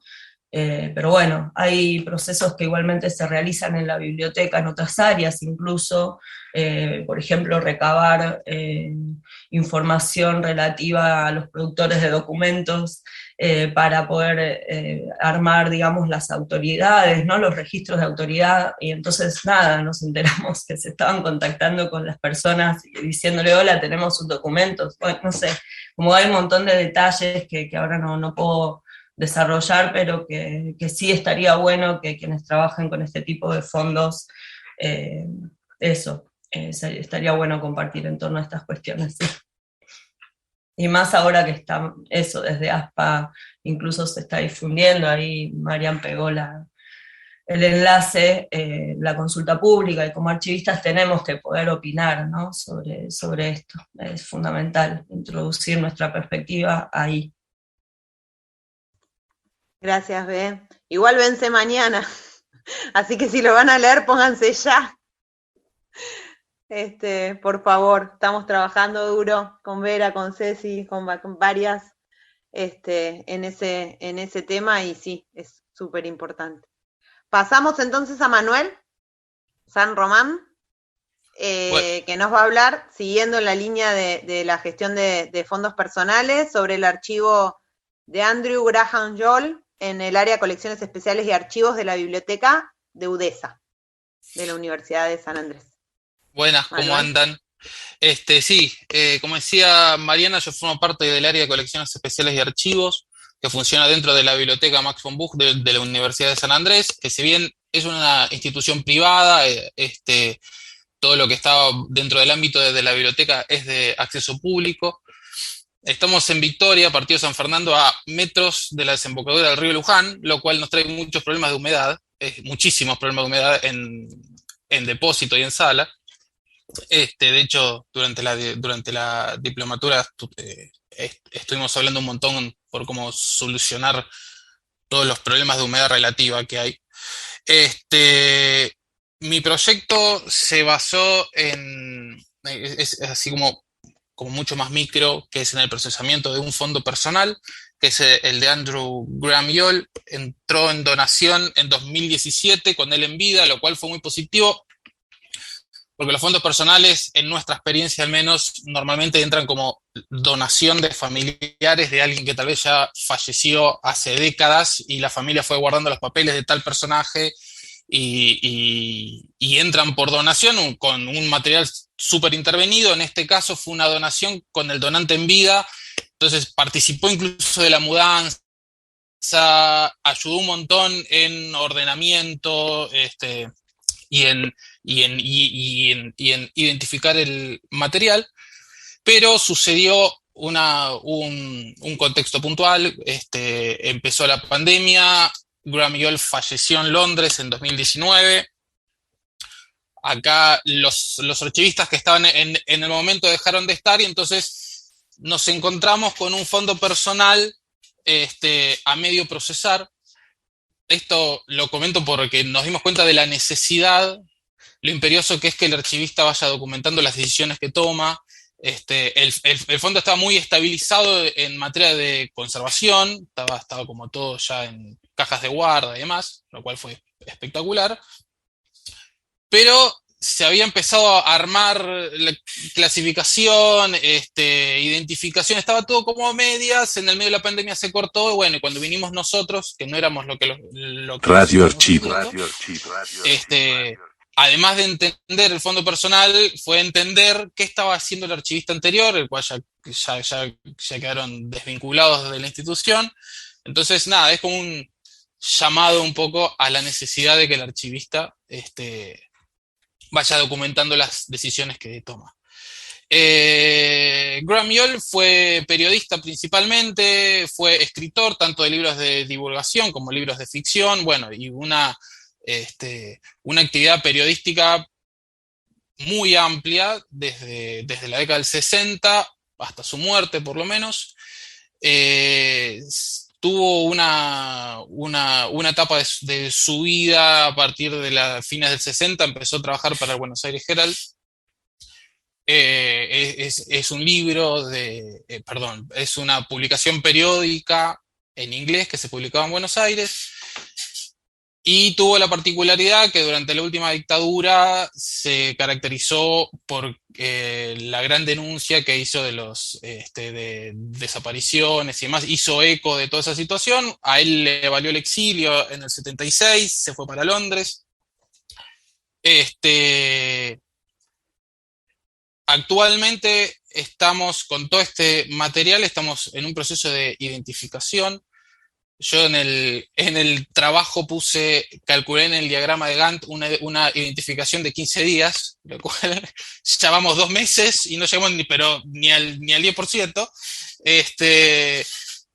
Más cuando es un fondo personal, supongo, acá no hay normativa, acá no hay organigramas, acá no hay nada, es entender la persona, es un poco estudiar el personaje en algún punto, armar su biografía. Tipos documentales son súper variados. Yo acá hice una lista rápida, desde los originales de libros hasta carpetas con recortes de prensa, las obras de traducción que hacía, fotografía, correspondencia muchísima. Graham Yoll tenía la particularidad de que guardaba todo. Tenía también algo muy interesante que mientras la escuchaba a Vera recién, se me vino un montón a la mente, y por ahí estamos en contacto. Graham Yoll tenía la costumbre de guardar una especie de cuadernos personales, de diarios íntimos durante toda su vida, son muchísimos, donde son reflexiones personales sobre terceros, algunas positivas, otras no tanto. Entonces, bueno, ahí tendremos que ver y entender hasta qué punto hay que aplicar cierta confidencialidad o no. Eventualmente, estimo yo, habrá que leerlos todos, porque hay un montón de nombres. En cuanto otro problema con el que nos estamos encontrando es en cuanto a los soportes. Es un fondo personal de la segunda mitad del siglo XX, así que hay mucho soporte en papel. No sé si puedo compartir pantalla, porque tomé un par de fotos. Sí, estás como coanfitrión. Deberías tener la opción ahí de compartir. No sé si están viendo ahí. ¿Ven? ¿Sí? Sí, bueno, Graham Yoll, que falleció en el 2019. Esto es, un segundito. ¿Por qué no me deja? Bien, esta es una de las paredes del depósito con parte del fondo, más de la mitad está en la sala de trabajo, o sea, es como una dimensión de un solo tipo, de una sola persona. Y en cuanto a los tipos documentales que le mencionaba, bueno, por supuesto hay correspondencia, perdón, no los tipos documentales, en cuanto al soporte, la gran mayoría en papel, pero tenemos desde VHS, Betacam, tenemos latas de películas de 16 milímetros, disquetes, cassettes. Esto es un infierno, chicos. Todos los disquetes, ya conseguir una lectora fue todo un tema. Negativos de fotografía, otras fotografías reveladas, también cajas y cajas. Estas son las latas que les mencionaba. En fin, la gran variedad de soportes es todo un desafío además al momento de dar a la consulta la serie que nos estamos encontrando. Son series que son mixtas en cuanto a su soporte. Radio Archivo. Donde parte de la serie está en papel y parte de la serie son objetos digitales que puede estar en alguno de estos soportes. De entrada, por supuesto, hay que hacer una migración, pero eso trae otra serie de cuestiones en cuanto al hosting, en cuanto a metadatos, en cuanto a accesibilidad, en cuanto a buscabilidad de todo eso. ¿Cómo le das al usuario si quiere consultar una serie y la mitad de la serie son papeles, la otra mitad son audios de entrevistas y otra parte de la serie son .doc que estaban en un disquete? Entonces, ¿cómo agrupar todo eso? ¿Cómo darlo a la consulta? ¿Cómo encontrarlo el día de mañana? Bueno, estamos con todo eso ahora. Así que bueno, estamos apuntando a eso. Creo que con fondos personales, bueno, no sé, con fondos en general de la segunda mitad del siglo XX debe ser un problema bastante habitual. Y les comparto, hicimos hace poco no, ya hace un tiempo, hicimos la descripción del fondo en Atom, ahí les compartí por el chat, solo a nivel de fondo. ¿Por qué lo hicimos? Si bien no está la consulta, a la consulta abierta por todos los problemas que les mencionaba, hay cierta presión, primero por parte de usuarios, un montón por parte de investigadores, que nos llueven los mails y nos piden accesibilidad, que lo abramos, etc. Y también por parte de la familia, no sé si por ahí las chicas desde la Biblioteca Nacional, que laburan mucho con fondos personales, si bien se firma un contrato y esto pertenece a la institución, la familia juega un papel importante, y por ahí nos escriben los hijos y demás, que bueno, que quieren saber cuál es el estado de la cuestión, así que estamos con todo eso. Bueno, no sé si mucho más. Muchísimas gracias, Manuel. Muy buen trabajo y muy interesantes las reflexiones. Claudia, ¿querés hacer una pregunta? Sí, una pregunta. Felicitaciones primero, Manuel. Gracias. Estaba viendo, digo, uno cuando hace, según entiendo, digamos, para la identificación y luego la descripción, todo un proceso de investigación acerca de la figura sobre la que uno está trabajando. Yo estaba distraído un poquito al principio, no sé si por ahí lo dijiste, de con qué han estado trabajando para hacer esa investigación, porque me acordaba de Sebastián Lacunza, que ha escrito un libro, El testigo inglés, que imagino que lo deben tener, o consultarlo al propio Sebastián para que lo conoció y que estuvo, creo que en la dirección de Gerald durante algunos años. Sí. Nada, digo, eso. Bueno, mira, por suerte, bibliografía sobre el personaje hay, y hay bastante. Y sí te puedo decir lo que nos está sirviendo para entender todo. Estamos haciendo inventarios, unos primeros inventarios, entonces eso como que te obliga a entender cómo se manejaba, quién era, y de golpe encontrás documentación fechada en tal parte del mundo, entonces eso te lleva a entender, bueno, en qué andaba, qué publicó, qué no publicó, y es como toda una construcción que por el momento nosotros la estamos haciendo así, no sé si es la mejor manera, pero entender al personaje junto con la identificación y la creación de estas herramientas auxiliares, ¿no? que son los inventarios. A nosotros al menos nos sirve así, qué sé yo, no sé cómo eran otros. Buenísimo. Buenísimo.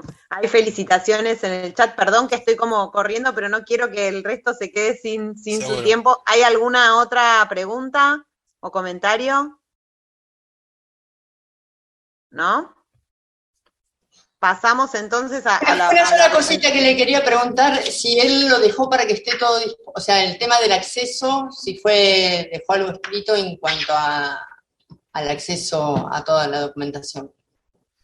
En cuanto a la accesibilidad, la idea es abrir el fondo personal, pero tenemos el freno, que es lo mismo que comentaba Vera, que es toda la información sensible que tenemos. De hecho, estuve hablando con Ana en su momento, agregamos en el formulario de usuarios, agregamos una declaración de responsabilidad donde se menciona todos los detalles de la propiedad intelectual, lo cual de alguna manera nos cubre, si se quiere decirlo de alguna manera, pero tenemos que identificar toda la información sensible que hay en el fondo personal y ver qué hacemos. Fuera de eso, lo demás, la idea es que esté en acceso abierto. Radio Archivo. Muchísimas gracias. Vamos a tener que armar la comisión de acceso, ¿no? De egresados de la Diplo. Sí. Hay que afiliarse a ASPA y crear desde ASPA la comisión de trabajo. No sé ahí la vicepresidenta qué dice, pero me parece que sería una buena idea. Me da el ok. Entonces. Bueno, gracias. A vos. Entonces damos ahora paso a la presentación tripartita de la Comisión Provincial por la Memoria, que fue dividida en 2 cohortes, debido a que habíamos establecido un reglamento de ingreso que decía que no más de 2 por cohorte, y cursaron en distintas cohortes, pero el trabajo final van a hacer una reflexión general entre las 3 de sus 3 trabajos: Julieta Sajade, Ingrid Hayet, Magdalena Lanteri, Fondo Comisión Provincial por la Memoria, Teoría y Práctica para un abordaje desde la disciplina archivística. Otra de las instituciones que con peso en esta Diplo, ¿no? Bueno, hay Biblioteca Nacional. No le ganamos la biblioteca, pero bueno, hicimos lo que pudimos. Les paso la palabra. Bueno, arranco yo, hago una breve presentación y dejo para que mis compañeras sumen lo que quieran. Como leía recién Mariana en el título, nosotros decidimos tomar el fondo documental de la CPM. La CPM es una institución bastante joven, tiene 20 años nada más, lo cual está bueno, y además nosotros somos bastante viejas en esta institución, con lo cual la conocemos desde pequeña, y eso es una gran ventaja a la hora de poder pensar todos los cambios y todas las cosas que se han producido a lo largo de estos 20 años. Y digamos, nuestro trabajo venía siendo con otros fondos documentales como institución receptora de otros fondos documentales y que gestionaba esos fondos ligados a las violaciones a los derechos humanos, con lo cual fue todo un desafío pensar nuestra propia producción documental. Pre-pandemia nosotros habíamos empezado a trabajar con esto, pero bueno, la verdad es que se nos fue haciendo largo, hubo cosas que nos costaba como acotar o pensar, y creo que el gran aporte que pudimos hacer desde la diplomatura fue, en primer lugar, que al hacerlo las 3 juntas, la verdad que, o casi juntas, digamos, fue una ventaja el poder charlar, discutir, debatir mucho a partir de los trabajos prácticos. El hacer todo el proceso a través de las series documentales que fuimos tomando, que estaban relacionados con el propio fondo de la CPM, fue como allanando un terreno para ese trabajo final integrador, que lo hicimos, en realidad, Julieta tomó la elaboración del cuadro de clasificación, que todavía no lo tenemos, debo decirlo, pero estamos avanzando en ese sentido. Ahora voy a contar un poco, en qué pudimos avanzar. Yo tomé las series documentales vinculadas al soporte audiovisual, y esto tiene que ver con que la comisión tuvo desde muy temprano como una preocupación especial por el registro, de trabajar con los temas de memoria, además cuando recién empezaban además a trabajarse los temas de memoria de la dictadura, hace 20 años, digamos, fue muy pionera en ese sentido. Entonces también tuvo como entre sus funciones específicas y esenciales el registro de distintas voces, de cosas relacionadas con los juicios, con lo cual digo, toda la parte de los documentos audiovisuales es muy rico, pero también tenía y tiene la desventaja de que está hecho en diferentes soportes. Digo, si pensamos lo que evolucionó, lo tecnológico, de cuando nosotros comenzamos a hacer los registros en el año 2000 hasta ahora, bueno, una cosa que nos pasó claramente es que había gran parte de los soportes ya estaban obsoletos y había que rápidamente migrar para poder preservarlos. Y en este sentido, digamos, el trabajo que hicimos fue, yo tomé los registros audiovisuales más en el aspecto de identificación y clasificación, y Magdalena, que estuvo en la cohorte siguiente, avanzó sobre la evaluación documental, también pensando mucho en los procedimientos, digo, porque esto también lo empezamos a ver, bueno, lo que nos empezamos a encontrar es que guardamos todo, digo, de los registros audiovisuales en general, y ni hablar con la facilidad que tuvo, digamos, el avance tecnológico, Radio Archivo. Se evalúa muy poco sobre qué guardar. Entonces, digamos, sintetizando fue elaboración del cuadro de clasificación, trabajar con los documentos audiovisuales en identificación y clasificación, y en la evaluación, pero también pensando en el procedimiento. Y esto hago hincapié porque cuando pensábamos un poco, bueno, cuáles fueron los mayores aportes de la diplomatura, que realmente insisto en que fue muy importante, muy ordenador, digamos, también en pensar, bueno, cuáles eran las series sustanciales de la comisión y no querer abarcar todo. El primer borrador nuestro de cuadro de clasificación tenía 1500 series. Era una cosa... Series que además eran una entelequia, porque digamos, esto surgía de las entrevistas que hacíamos con cada área o con cada programa de trabajo, pero que después, la verdad es que bueno, fuimos como despejando, digamos, todo ese terreno. Pero pudimos avanzar tanto en las entrevistas y empezar como a afinar eso, ¿no? También digo, afinar la pregunta, digo, para poder hacer el relevamiento de las series, para poder avanzar en el cuadro de clasificación. Y con respecto a los documentos audiovisuales, hicimos como paralelamente con esta tarea intelectual que comenzamos y que todavía no está terminada, de identificación y clasificación, avanzamos claramente sobre la preservación de esos documentos y la migración para poder preservar. Básicamente, en todo caso, el número también nos permitía hacer ese trabajo, que todavía no estamos concluyendo, pero que ya está casi terminado, y que tiene, entre otras cosas, series que ya nacieron para ser de guarda permanente, como puede ser el registro de los juicios de lesa humanidad que se llevan a cabo en el territorio de la provincia de Buenos Aires, pero bueno, más particularmente en el Tribunal Oral de acá de La Plata.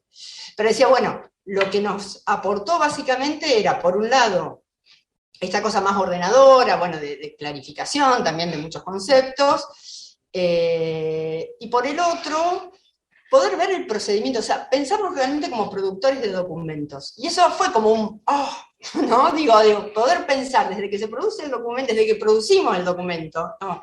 Además por la cercanía que nosotros tenemos con la institución, desde que lo producimos hasta que decidimos si lo guardamos o lo eliminamos, digamos. Y ese proceso, el poder ver todo ese proceso, para mí fue como uno de los grandes aportes que nos hizo la diplomatura. Vos, Magda, Sí, Magda, ¿quieres decir algo más?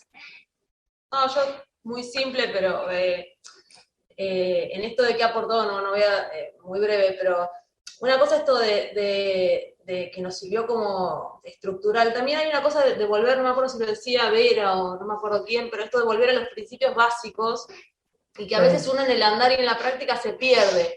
Y volver a escucharlo, decía, no, pero qué boluda, pero cómo no pensé que si que lo produjo comunicación, es comunicación. Entonces, hay algo ahí de leer el concepto básico, pensando en la práctica, en relación a la teoría de la práctica, que fue muy claro en el ejercicio de avanzar. Otra cosa que nos sirvió, que también alguien lo dijo, creo que fue Miguel, esto del poder de la argumentación, de poder conceptualizar y argumentar, y que eso le dio cierto peso institucional. No sé, tuvimos, por ejemplo, una protocomisión evaluadora, para definir si migrábamos y preservábamos todos los registros. Hicimos nos pusimos, vamos a evaluar por series, se definió que todo, entonces fue una protocomisión evaluadora que rápidamente decidió migrar todo, pero ahí quedó asentado, va a salir por resolución ejecutiva la creación de la comisión evaluadora. Y después lo último que quería así mencionar rápido, es algo de la dimensión más política, que me parece que también sirvió, al menos en lo personal me sirvió la diplomatura, que es pensar que la elaboración del cuadro de clasificación o el trabajo con el fondo, no solamente como una tarea a hacer dentro de la institución, sino como un deber público, ¿no? De pensar qué produce una institución pública, ser transparentes en eso, ser transparentes en lo que se elimina, en lo que se guarda. Hay algo ahí de la dimensión más política que creo que sirvió mucho. Eso.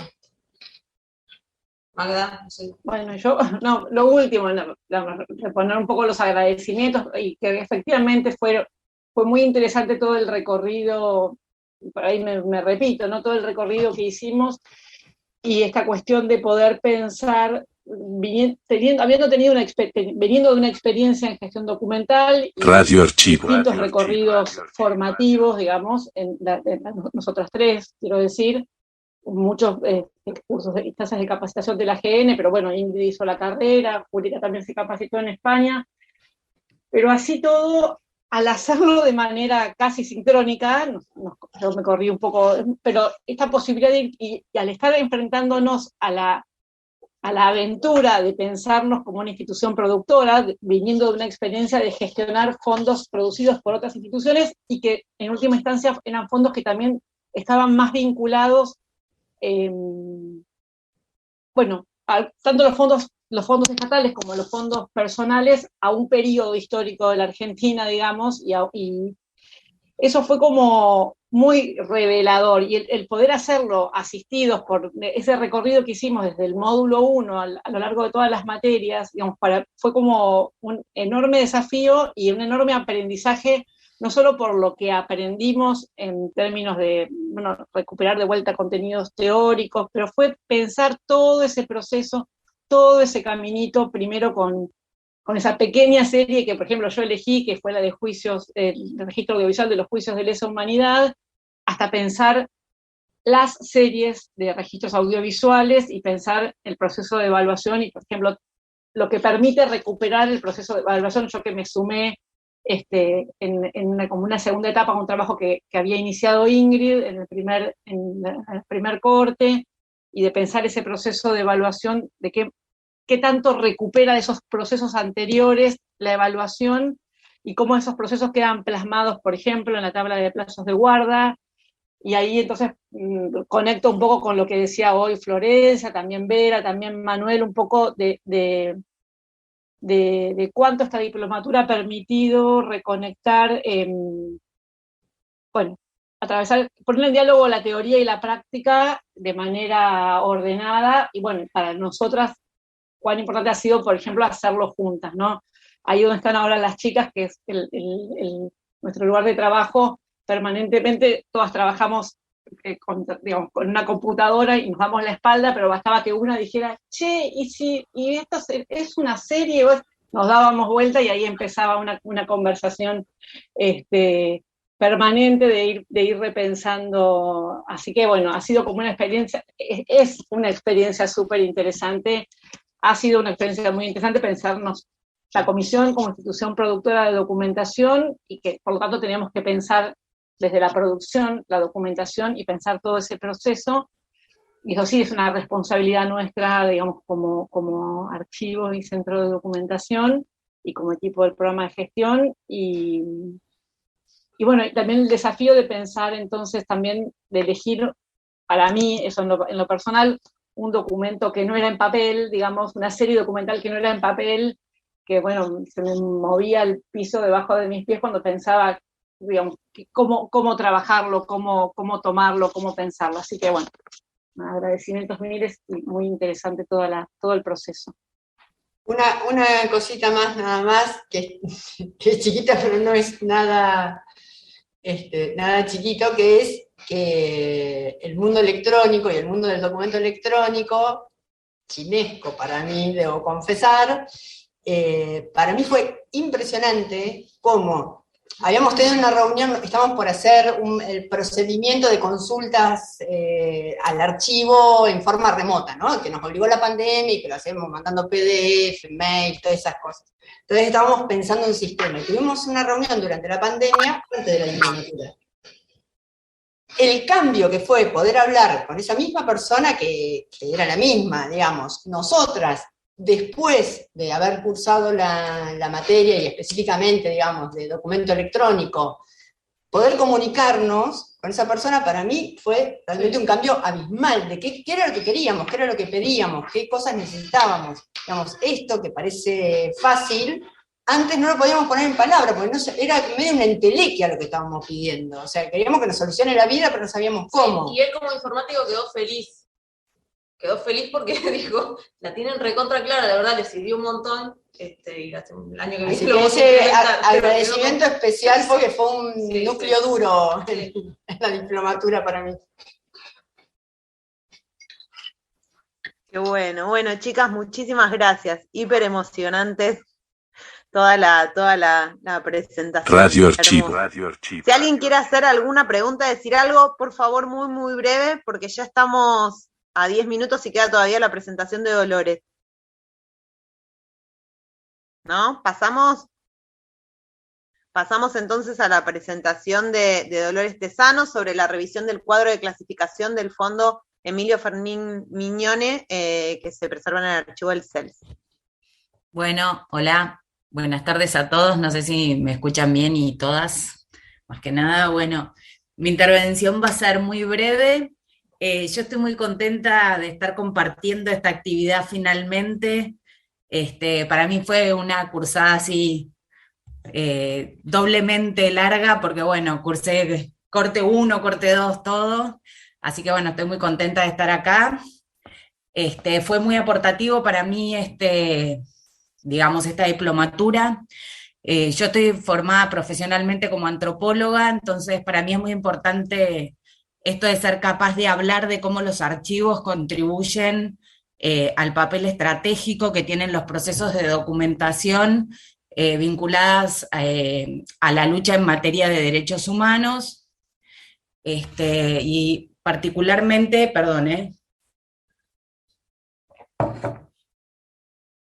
digamos, como es el archivo del CELS, a los crímenes ocurridos durante la última dictadura militar, ¿no? Entonces, bueno, específicamente el archivo del CELS es un archivo privado, y esto fue uno de los desafíos claves para abordar la diplomatura en sí. El archivo se funda en 1979 con el objetivo de ser un centro de documentación sobre el terrorismo de Estado, y de esta forma buscó dar cuenta de las identidades de las víctimas, de la denuncia de los crímenes, la reconstrucción de las responsabilidades y las metodologías represivas. Y bueno, desde ahí el archivo fue creciendo, fue ampliando su agenda institucional, incorporando nuevas líneas de trabajos en derechos humanos, y bueno, de esta forma puede aportar así a la triple función social de los archivos, de esto de ser garantes de fuentes para la historia, la memoria y el ejercicio de derechos, ¿no? Que me pareció muy interesante también aprender esto, incorporar esto, digamos, a partir de la diplomatura. Bueno, dentro del archivo me centré en el Fondo Emilio Fermín Mignone, que fue abogado y fundador y primer director del CELS, pero también fue un escritor, educador, abogado argentino, vicepresidente de la Asamblea Permanente de Derechos Humanos. O sea, es una personalidad muy importante dentro de los derechos humanos. Y bueno, o sea, genealógicamente me centré, digamos, en este fondo porque durante el 2021, junto al archivo del CELS y bajo la conducción de Guadalupe Basualdo y Marcela Prellerman, decidimos realizar el cuadro de clasificación, ¿no? Entonces, en esta instancia abordamos el Fondo Mignone, que ya había sido descrito hace 10 años, a este fondo, digamos, lo revisamos y lo publicamos para que estuviera disponible en el ATOM, a donde se puede acceder hoy en la actualidad. Este fondo tiene como herramientas descriptivas hasta el momento un cuadro de clasificación, descripción archivística, cuadro de correspondencias entre cajas por series archivísticas, un cuadro orientador de las transferencias de las series originales.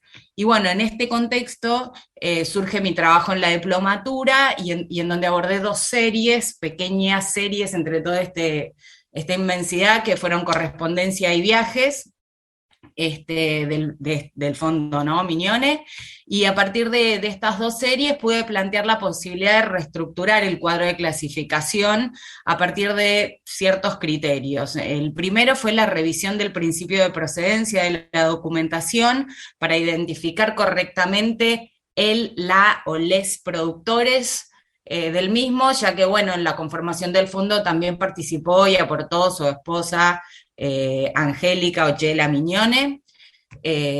Bueno, por otro lado también me propuse revisar el nivel de clasificación de las agrupaciones documentales identificadas para determinar si era correcta la clasificación que está en la actualidad o si es necesario incorporar el nivel sección en las mismas, porque está todo como subseries. Radio Archivo. Bueno, también me propuse algo que para mí fue muy interesante, incorporar una perspectiva de género en todo el proceso de clasificación documental, para poder distinguir y describir la participación de las mujeres productoras de la documentación y señalar otras marcas de género, aunque no, digamos, no refieran específicamente a la producción de la documentación. Bueno, esto también me sirvió mucho pensarlo en el módulo de políticas públicas. Y bueno, y por último, me propuse integrar en la estructura del cuadro de clasificación la documentación que ahora está en la Universidad de Luján, pero que forma parte de un mismo fondo, y digamos conocer, bueno, qué es lo que se ha clasificado y descrito de esa documentación, y bueno, y qué es lo que contiene, ¿no? Entonces, o sea, institucionalmente el CELS cuenta con recursos para continuar con las tareas de identificación y clasificación del fondo. Y bueno, y es una búsqueda del archivo mantener las descripciones actualizadas, en términos de perspectiva de género también, y la clasificación apropiada, básicamente. El archivo cuenta con 2 archivistas que trabajan de forma permanente y también con el trabajo de voluntarios, como por ejemplo yo, que bueno, que nos capacitamos para hacer lo mejor posible en estos procesos de trabajo. Nada, buscando la mejora continua del archivo, ¿no? Bueno, la diplomatura en general me pareció realmente muy interesante, a pesar de que, bueno, no soy la persona más que más hablo en clase, no me destaco por eso, me siento como un poco intimidada frente, digamos, a todos estos trabajos presentados y las compañeras que hay, que, bueno, es increíble los trabajos que hacen. Pero más allá de eso aprendí muchísimo y me siento mucho más segura frente al trabajo en archivos. Destaco muchísimo el módulo de conservación, que me pareció como apasionante. Y sorprendentemente también para mí, frente a lo que esto respecta, el módulo de la gestión de documentos electrónicos, que fue un desafío inmenso. Y me pareció muy interesante, digamos, el trabajo final que surgió de ahí, que fue la vinculación del cuadro de clasificación con el CIMAGE, y bueno, y la generación de metadatos para la descripción, digamos, de estos documentos electrónicos. Que bueno, esto no formó parte del trabajo final, pero igual es un punto que bueno, que yo destaco mucho porque me pareció así como algo como muy valioso para aportar. Así que bueno, nada, les agradezco y bueno, no sé, espero que nos mantengamos en contacto y nada, eso. Muchas gracias. Muchísimas gracias, Dolores. Buenísimo. ¿Alguien quiere hacer alguna pregunta, algún comentario?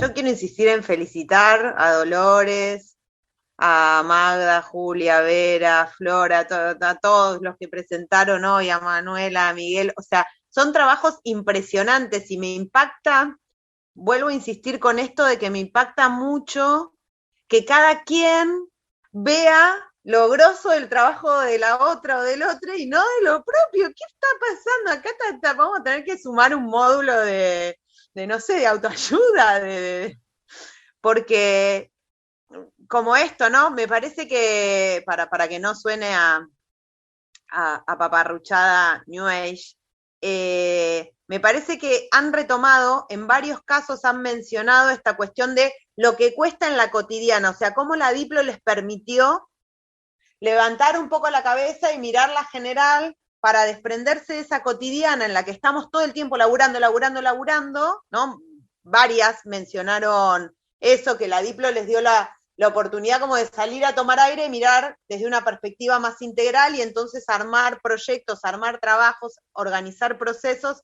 Me parece que hay algo del trabajo del archivo que nos lleva, ¿no? A mirar lo chiquitito, a quedarnos ahí en lo... Y entonces, así como han podido levantar un poco la mirada y hacer proyectos más integrales y aportar desde la teoría y cruzar, también ahora lo que me parece que tenemos por delante es poder mirar ese trabajo final integrador o poder mirar esos trabajos parciales y enorgullecerse del enorme proceso que han hecho y entender el gran aporte que significa cada uno de estos trabajos. Porque digo, Ver arrancó también con, bueno, yo me metí con una serie que es chiquitita, que es la de correspondencia, se metió con el tema de la propiedad intelectual y la intimidad de las personas. Es un tema sobre el que hay mucho para discutir. Como decíamos, mañana vence la presentación de propuestas a la Agencia Nacional de Acceso a la Información sobre la propuesta sobre el nuevo proyecto de ley que va a regular la protección de los datos personales y sensibles en la Argentina, una vez que se apruebe de ahí en adelante, digamos. Me parece que toda la tarea archivística es una tarea que va de lo sumamente artesanal, de lo sumamente pequeño, hacia el escalonamiento de las cuestiones y el planteo general. Y si no tenemos esa mirada chiquitita que va sumando junto a otras, anclándose en la teoría y en las buenas prácticas y armando algo más grande, lo que termina pasando en el ámbito de lo más grande es que se termina regulando sin conocimiento o se terminan estableciendo políticas sin conocimiento, armando unos guisos que después otra vez nos toca como desarmar en cada uno de los archivos. Así que quiero llamar a la reflexión sobre la importancia que tiene sentarse a pensar desde qué hacemos con los soportes audiovisuales hasta la importancia que tiene que documentar los procesos que los archivistas hacemos, pasando por qué pasa con los fondos personales cuando opinan, cuando ahí adentro opinan de otras personas, porque lo más importante, me parece a mí, de todo esto es cómo esas cuestiones pequeñas las estamos pensando basándonos en la teoría y basándonos en otros trabajos y basándonos en la reglamentación, y entonces podemos hilvanar, podemos tejer. Podemos tejer cuestiones mucho más grandes, pero desde una base sólida en materia de teoría y en materia de buenas prácticas. Todo lo que esta diplomatura vino a hacer, ustedes demuestran que se puede hacer, y se los agradezco profundamente. Gracias, se pasaron.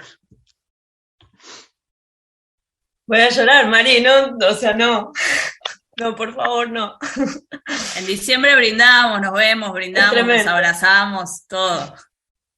Es 7 de diciembre, todo el mundo tiene que marcar ese día en su agenda, ya está definido. Yo necesito más data de la juntada de diciembre, quiero más data. ¿Del 7 al cuánto? ¿Cómo es el tema de las visitas? Ya me apuró Andrés que lleve empanada. Yo necesito más info sobre la juntada del 7. Bueno, vamos a cortar la grabación, así que vamos a exigirle, ¿no? Tenemos que decirle la cantidad de empanadas tucumanas con las que tiene que venir. Ahí está. Sí, mínimo eso. Bueno, la idea es sumarle visita, o sea, poder articular con visita. ¡Ay, Aymara, no te había visto! articular con visitas. Entonces, si quieren, no sé si hay gente que, porque esto lo avisamos en abril, si hay gente que ya sacó pasaje, o si nadie sacó pasaje, lo empezamos a armar ahora, puedo armar un Google Forms, porque las instituciones de la Diplo, yo ya la Diplo ya se las compró, ya han visto Biblioteca Nacional, Comisión Provincial por la Memoria y Archivo General de la Nación, son las primeras instituciones que tienen sus puertas abiertas para que organicemos visitas. A la comisión es un viaje un poquito más largo, ¿saben? Porque hay que ir a la Ciudad de La Plata, entonces la visita de la comisión quizás sí tenga que hacerse en un solo día, quizás Biblioteca Nacional y Archivo Nacional de la Memoria también, podemos hacerla en un mismo día, quizás dos instituciones. Tenemos que armar ese cronograma, el tema es el 7, al otro día el 8 es feriado, no, sí, al otro día el 8 es feriado, y después el 9, que yo pensé que, habíamos pensado que quizás era un día laborable, no es laborable, o sea, se arma como fin de semana largo. Así que las visitas podríamos pautarlas para ese martes y ese miércoles. Radio Archivo. En el mail nos decía 6 y 7, las visitas, claro, las visitas serían el 6, ese martes 6, y el 7 de diciembre, y, no se está grabando, desde la Diplo podemos hacer certificado de las visitas, de manera tal de que puedan gestionar días laborables. Yo ya me pedí los días. Perfecto, Mariana, ahí contá con la biblioteca para anotarnos en el cronograma, no sé, ahí después vemos que horarios mejores y eso. Para ver si, por ejemplo, biblioteca, por ejemplo, biblioteca o sea, hacer biblioteca de Archivo Nacional de la Memoria, que dentro de todo está más o menos en bondi, mañana y tarde, de un día, o sea, sería por ahí un día Biblioteca Nacional y Archivo Nacional de la Memoria, otro día comisión, y otro día AGN, archivo intermedio y sede central, porque ya que está el edificio, dije AGN y sede central, ¿no? Archivo intermedio en Paseo Colón y la sede central que está en Pichincha. Dentro de todo cerquita, pero son dos lugares. Así que tenemos, podríamos tener 3 días de visita. 6 y 7 serían los días de... O 5, 6 y 7. Lunes, martes, miércoles. La semana completa. Es mucho. Si feriado es mucho, ¿no? Es mucho. Bueno, por ahí armamos las visitas el 6 y 7 y eligen a dónde ir. ¿Sí? Vamos a hablar, perdonen, no quiero discriminar, pero es necesario hacer una discriminación positiva, me parece. Creo que esto lo tenemos que resolver con la gente que viene de lejos, ¿no? Y en todo caso, después armamos más calendario de visita para la gente que es de Cava y conurbano y que tiene otras posibilidades. Así que le vamos a dar preferencia a quienes vengan de más lejos. ¿Sí? Quienes vayan de más lejos y quienes lleven empanadas. Quienes traigan las empanadas para el 7 tienen poder de veto directamente, decisión, horario, todo. Y de La Pampa llevamos dulce de leche, la mimosa. Y el dulce de leche de La Pampa, que ya todas nuestras criaturas lo conocen además, y entonces va a ser. Nosotros tenemos que sacar el... Yo también creo que lo conozco, ¿no? Sí, claro, sí. El mismo, mirá qué éxito tuvo el dulce de leche. Llevaré otra vez. La mimosa. A full. Nosotros los que venimos del interior, claro que del interior, qué feo que suena eso. Tenemos que sacar con anticipación, si es feriado largo, encima va a estar complicado para los pasajes, mucho tiempo de anticipación. Bueno, ya armo. Sí, por eso tendríamos que definir cuanto antes, Marian.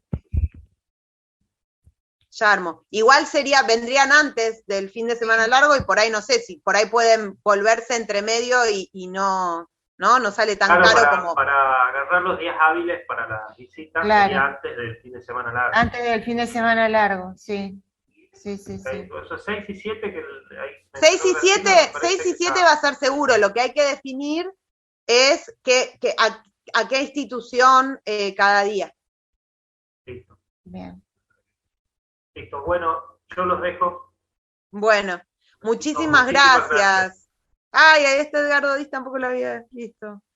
Que está a las, no sé, las 5 de la mañana, la 1 de la mañana, el que cursa tarde, que está en España.